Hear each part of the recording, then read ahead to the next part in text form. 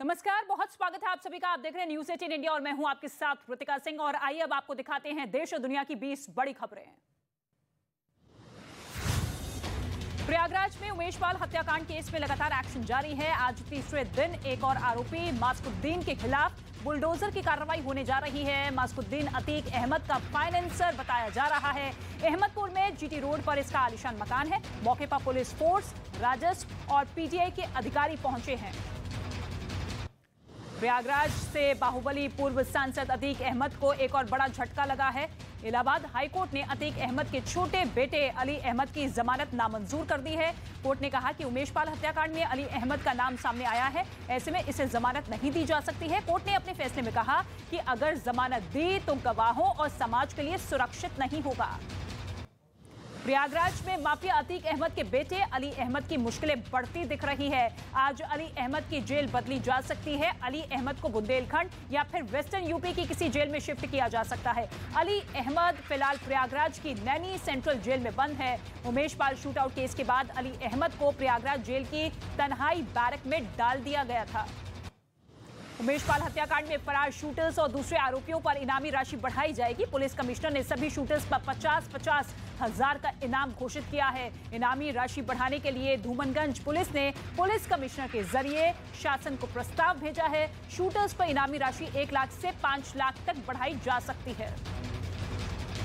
जम्मू कश्मीर में एनआईए का बड़ा एक्शन सामने आया है। बारामूला में बासित अहमद की संपत्ति अटैच की गई है। बासित सोपोर में पुलिस पोस्ट पर हुए आतंकी हमले की योजना में शामिल था। गुरुवार को भी एनआईए ने आतंकी मुश्ताक जरगर की संपत्ति जब्त की थी। एनआईए की कार्रवाई तब हुई जब गृह मंत्रालय ने बासित को यूएपीए के तहत आतंकवादी घोषित किया। केंद्रीय गृह मंत्री अमित शाह कर्नाटक के दौरे पर हैं। कर्नाटक के बीदर में अमित शाह ने विजय संकल्प रथ यात्रा को हरी झंडी दिखाकर रवाना किया। इसके बाद एक जनसभा को भी संबोधित किया। अमित शाह ने रैली में भारी संख्या में लोग वहां पर पहुंचते हुए नजर आए। इस मौके पर अमित शाह ने विपक्ष पर भी जमकर हमला बोला।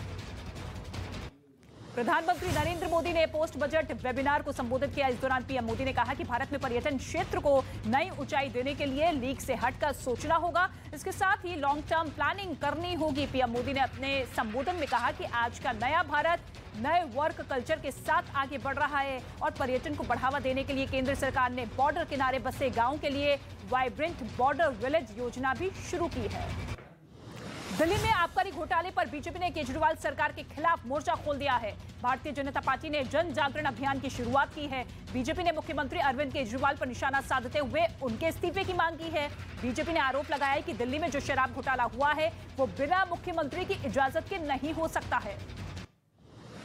क्वाड देशों के विदेश मंत्रियों की दिल्ली में बैठक हुई। मीटिंग में भारत के साथ अमेरिका, जापान और ऑस्ट्रेलिया के विदेश मंत्री शामिल हुए। क्वाड विदेश मंत्रियों की बैठक के जरिए चीन को सीधा संदेश दिया गया। सभी सदस्यों ने हिंद प्रशांत क्षेत्र में किसी भी तरह के एक तरफा बदलाव का विरोध किया है।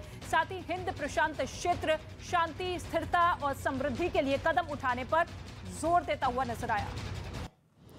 आंध्र प्रदेश के विशाखापट्टनम में ग्लोबल इन्वेस्टर समिट 2023 की शुरुआत हुई है। 2 दिन तक चलने वाले ग्लोबल इन्वेस्टर समिट में रिलायंस इंडस्ट्रीज के सीएमडी मुकेश अंबानी भी शामिल हुए। उन्होंने राज्य के मुख्यमंत्री जगन मोहन रेड्डी के साथ मिलकर ग्लोबल इन्वेस्टर समिट 2023 का उद्घाटन किया। समिट में भारत के 8000 से ज्यादा उद्योगपति, व्यापारियों के साथ अमेरिका और चीन समेत 40 देश के बिजनेसमैन शामिल हो रहे हैं। राजस्थान के उदयपुर में निलंबित अधिकारी दिव्या मित्तल के रिजॉर्ट को बुलडोजर चलाकर ध्वस्त कर दिया गया है। प्रशासन ने अवैध निर्माण की वजह से रिजॉर्ट को तोड़ने का आदेश दिया था, जिसके बाद 1 मार्च को नोटिस चस्पा कर प्रशासन ने कार्रवाई करते हुए रिजॉर्ट को बुलडोजर से चलाकर मलबे में तब्दील कर दिया। दिव्या मित्तल पर 2 करोड़ की रिश्वत लेने का आरोप है। बिहार में एक बार फिर कानून व्यवस्था पर सवाल खड़े हैं। एनएमसीएच के फार्माकोलॉजी विभाग के प्रमुख डॉक्टर संजय कुमार संदिग्ध हालत में गायब हो गए हैं। अभी तक लापता डॉक्टर का कोई सुराग नहीं मिला है। पुलिस ने महात्मा गांधी सेतु से लवारिस हालत में डॉक्टर की कार और कार में रखा उनके मोबाइल फोन बरामद किए हैं। पुलिस ने पूरे मामले की जांच के लिए एक स्पेशल टीम गठित कर दी है।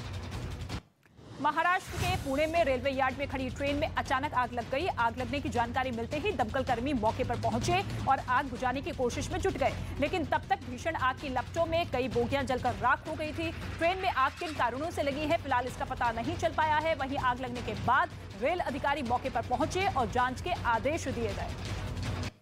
चीन के हांगकांग में रिहायशी इलाके में 42 मंजिला इमारत में आग लगने से हड़कंप मच गया, जिसके बाद जानकारी मिलने पर दमकल विभाग की गाड़ियां मौके पर पहुंची और कड़ी मशक्कत के बाद आग पर काबू पाया गया। बताया यह गया है कि आग में फंसे करीब 130 लोगों का रेस्क्यू कर उन्हें सुरक्षित बाहर निकाला गया। गनीमत यह रही कि इस घटना से किसी के हताहत होने की कोई खबर नहीं है। ईरान के तेहरान में लड़कियों के 10 स्कूलों पर जहरीली गैस से हमला किया गया, जिसके बाद दम घुटने की वजह से लड़कियों की तबीयत बिगड़ने लगी और उन्हें अस्पताल में भर्ती करवाया गया। एक साथ कई स्कूलों पर जहरीली गैस के हमले से अफरा तफरी मच गई। आशंका ये जताई जा रही है कि सोची समझी साजिश के तहत इस हमले को अंजाम दिया गया। सूडान की राजधानी खार्तूम में सरकार के खिलाफ लोगों ने फिर प्रदर्शन किया है। बड़ी संख्या में लोग सड़क पर उतरे और सरकार के खिलाफ जमकर नारेबाजी की गई। प्रदर्शनकारियों को राष्ट्रपति भवन की ओर बढ़ता देख पुलिस ने लोगों को खदेड़ दिया और उन पर आंसू गैस के गोले दागे गए। इस बीच कुछ प्रदर्शनकारियों ने सेना पर पथराव भी शुरू कर दिया। सूडान में 2 साल पहले हुए सैन्य तख्तापलट के बाद से ही लोग नाराज हैं। रूस यूक्रेन युद्ध को खत्म कराने में अमेरिका भारत की मदद लेना चाहता है। अमेरिकी विदेश विभाग के प्रवक्ता नेड प्राइस ने भारत की तारीफ करते हुए कहा कि भारत के पास ज्यादा स्पष्टता के साथ बोलने की क्षमता है। जब पीएम मोदी ने कहा कि ये जंग का दौर नहीं है तो दुनिया ने सुना। नेड प्राइस ने कहा कि भारत को एक अनूठी भूमिका निभानी है। जंग के दौरान रूस के ट्रिपल अटैक ने यूक्रेन को बर्बाद करके रख दिया है। दावा है कि जंग में यूक्रेन के काफी संख्या में सैनिक या तो मारे जा रहे हैं या फिर वो जख्मी हो रहे हैं। इस बीच रूस की सेना ने यूक्रेन के ठिकानों पर जमकर हमला बोला है, जिसका एक वीडियो रूस के रक्षा मंत्रालय की तरफ से जारी किया गया। रूस के सैनिक यूक्रेन के ठिकानों पर लगातार हमला करते हुए नजर आए। यूक्रेन के खेरसोन में रूस की सेना ने हमला कर दिया है, जिसमें 4 लोगों की मौत हो चुकी है। यूक्रेन की सेना ने खेरसोन में हमले के बाद बर्बाद हुई रिहायशी इमारतों का एक वीडियो भी जारी किया है, जिसमें हर तरफ तबाही का मंजर नजर आया। बताया यह गया है कि अचानक एक जोरदार धमाका हुआ, जिससे पूरे इलाके में दहशत फैल गई। इस मिसाइल हमले में आसपास की इमारतों को नुकसान पहुंचा है। ग्रीस के लारिसा शहर में 2 ट्रेनों के बीच हुई टक्कर के बाद मौके पर रेस्क्यू ऑपरेशन जारी है।